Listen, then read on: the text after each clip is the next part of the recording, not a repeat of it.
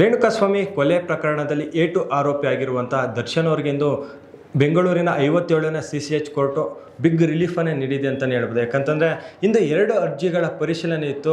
ಅದರಲ್ಲಿ ದರ್ಶನ್ ಅವರಿಗೆ ಹೆಚ್ಚುವರಿಯಾಗಿ ತಲೆದಿಂಬು ಮತ್ತು ಹಾಸಿಗೆಯನ್ನು ಕೊಡಬೇಕು, ಮತ್ತು ಇನ್ನೊಂದೇನಪ್ಪ ಅಂತಂದರೆ ದರ್ಶನ್ ಅವ್ರನ್ನ ಬಳ್ಳಾರಿ ಜೈಲಿಗೆ ಶಿಫ್ಟ್ ಮಾಡಬೇಕಂತ 2 ಅರ್ಜಿಗಳ ಪರಿಶೀಲನೆ ಇತ್ತು. ಇದರಲ್ಲಿ ಮೊದಲನೇದಾಗಿ ದರ್ಶನ್ ಅವರಿಗೆ ಹೆಚ್ಚುವರಿಯಾಗಿ ಹಾಸಿಗೆ ಮತ್ತು ತಲೆದಿಂಬು ಕೊಡಬೇಕಂತಕ್ಕಂಥ ಒಂದು ಅರ್ಜಿಯ ಪರಿಶೀಲನೆ ಇತ್ತು. ಆಗಸ್ಟ್ 14ರಂದು ಸುಪ್ರೀಂ ಕೋರ್ಟ್ ದರ್ಶನ್ ಅವರ ಬೇಲ್ನ ವಜಾ ಮಾಡ್ತಾರೆ. ಈ ಸಂದರ್ಭದಲ್ಲಿ ಅರೆಸ್ಟ್ ಮಾಡಿ ಮತ್ತೆ ಪರಪ್ಪನ ಅಗ್ರಹಾರಕ್ಕೆ ಸಹ ಕಳಿಸಲಾಗ್ತದೆ.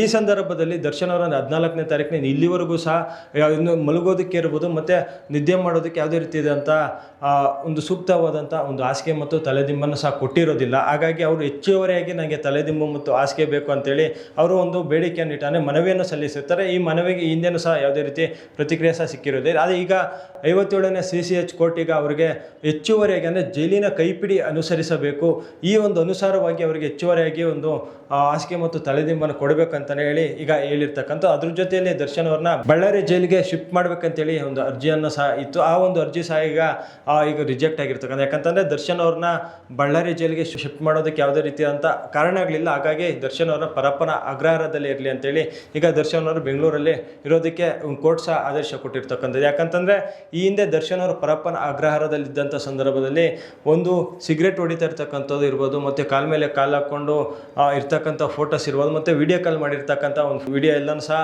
ಸಾಕಷ್ಟು ವೈರಲ್ ಆಗಿತ್ತು. ಹಾಗಾಗಿ ಅವರನ್ನು ಬಳ್ಳಾರಿ ಜೈಲಿಗೆ ಶಿಫ್ಟ್ ಮಾಡಬೇಕಂತೇಳಿ ಒಂದು ಆದೇಶವನ್ನು ಸಹ ಬಂದಿತ್ತು.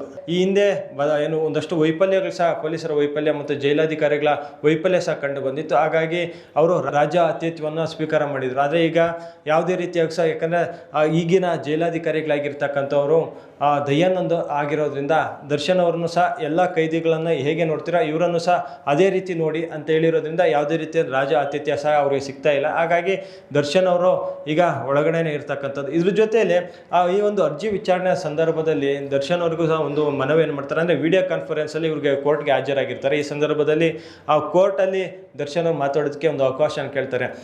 ಈಗ ಅವಕಾಶ ಕೊಟ್ಟಂಥ ಸಂದರ್ಭದಲ್ಲಿ ನನಗೆ ವಿಷ ಕೊಡಿ, ನನ್ನ ಸಾಯೋದಕ್ಕೆ ವಿಷ ಕೊಡಿ ಅಂತೇಳಿ ಒಂದು ಮಾತನ್ನು ಹೇಳೋಕ್ಕೆ. ಯಾಕಂತಂದರೆ ಜೈಲಲ್ಲಿ ಅವರ ಅಸಹಾಯಕತೆಯನ್ನು ಈಗ ತೋಡ್ಕೊಂಡಿರ್ತಕ್ಕಂಥದ್ದು. ಯಾಕಂತಂದರೆ 14ರಿಂದ ಇಲ್ಲಿವರೆಗೂ ಸಹ ಜೈಲಿನಿಂದ ಹೊರಗಡೆ ಅಂದರೆ ಸೆಲ್ಲಿಂದ ಹೊರಗಡೆ ಎಲ್ಲೂ ಸಹ ಓಡಾಡೋದಕ್ಕೆ ಬಿಟ್ಟಿರಲಿಲ್ಲ. ಹಾಗಾಗಿ ಒಳಗಡೆನೆ ನಾನಿದ್ದು ಸೂರ್ಯನ ಬೆಳಕನ್ನು ನೋಡಿ ಸಹ ಸರಿಸುಮಾರು 1 ತಿಂಗಳು ಆಗ್ತಾ ಬರ್ತಾ ಇದೆ. ಹಾಗಾಗಿ ನನಗೆ ಫಂಗಸ್ ಸಹ ಆಗ್ತಾ ಇದೆ. ಹಾಗಾಗಿ ನನಗೆ ವಿಷ ಕೊಡಿ ಅಂತೇಳಿ ಒಂದು ಮಾತನ್ನು ಹೇಳ್ತಾರೆ. ಯಾವುದೇ ಒಬ್ಬ ನಟ ಇರ್ಬೋದು, ಮತ್ತು ಯಾರೇ ಒಬ್ಬ ಅಭಿಮಾನಿಗಳ ದೇವರು ಅಂತ ಯಾರು ನೋಡ್ತಾರೋ ಈ ರೀತಿ ಹೇಳ್ತಕ್ಕಂಥದ್ದು ಎಲ್ಲೋ ಒಂದು ಕಡೆ ಅವರ ಅಸಹಾಯಕತೆ ತೋಡ್ಕೊಡೋಗೆ ಆಗ್ತದೆ. ಈ ರೀತಿಯಾಗಿ ಯಾರೂ ಸಹ ಯಾವ ಒಬ್ಬ ಅಭಿಮಾನಿಯೂ ಸಹ ಬಯಸೋದಿಲ್ಲ. ಆದರೆ ಈ ರೀತಿ ಹೇಳಿರ್ತಕ್ಕಂಥದ್ದು ಎಲ್ಲೋ ಒಂದು ಕಡೆ ಅಭಿಮಾನಿಗಳು ಸಹ ತುಂಬ ಬೇಸರವನ್ನು ಮೂಡಿಸಿರ್ತಕ್ಕಂಥದ್ದು. ಒಟ್ಟಾರೆಯಾಗಿ ಇಂದು ದರ್ಶನ್ ಅವರ 2 ಅರ್ಜಿ ಪರಿಶೀಲನೆಯಲ್ಲಿ ಸಹ ಈಗ ದರ್ಶನ್ ಬಿಗ್ ರಿಲೀಫನ್ನೇ ಕೊಟ್ಟಿರ್ತಕ್ಕಂಥದ್ದು. ಒಂದು ಹೆಚ್ಚುವರಿಯಾಗಿ ಹಾಸಿಗೆ ಮತ್ತು ತಲೆದಿಂಬು ಸಹ ಸಿಗ್ತಾ ಇದೆ. ಮತ್ತೊಂದು ದರ್ಶನ್ ಅವರು ಬೆಂಗಳೂರಿನ ಪರಪ್ಪನ ಅಗ್ರಹಾರದಲ್ಲಿ ಜೈಲಲ್ಲೇ ಈಗ ಇರ್ತಕ್ಕಂಥದ್ದು. ಇನ್ನೊಂದೇನಪ್ಪ ಅಂತಂದರೆ ಬಳ್ಳಾರಿ ಜೈಲಿಗೆ ಶಿಫ್ಟ್ ಆದರೆ ದರ್ಶನ್ ಅವ್ರನ್ನ ನೋಡೋದಕ್ಕೆ ಇರ್ಬೋದು, ಅವ್ರು ಮಾತಾಡ್ಸೋದಕ್ಕೆ ಇರ್ಬೋದು, ಅವ್ರ ಕುಟುಂಬದವ್ರಿಗೆ ಇಲ್ಲಿಂದ ಬಳ್ಳಾರಿಗೆ ಹೋಗಿ ಅಲ್ಲಿ ಅವ್ರನ್ನ ಮಾತಾಡ್ಸ್ಕೊಬರ್ಬೇಕಾಗ್ತದೆ. ಆದರೆ ಈಗ ಬೆಂಗಳೂರಲ್ಲಿ ಇರೋದ್ರಿಂದ ಈಗ ಅವ್ರನ್ನ ತುಂಬ ಬೇಗನೆ ಅವ್ರನ್ನ ಭೇಟಿ ಮಾಡ್ಬೋದಾಗಿರುವಂಥದ್ದು.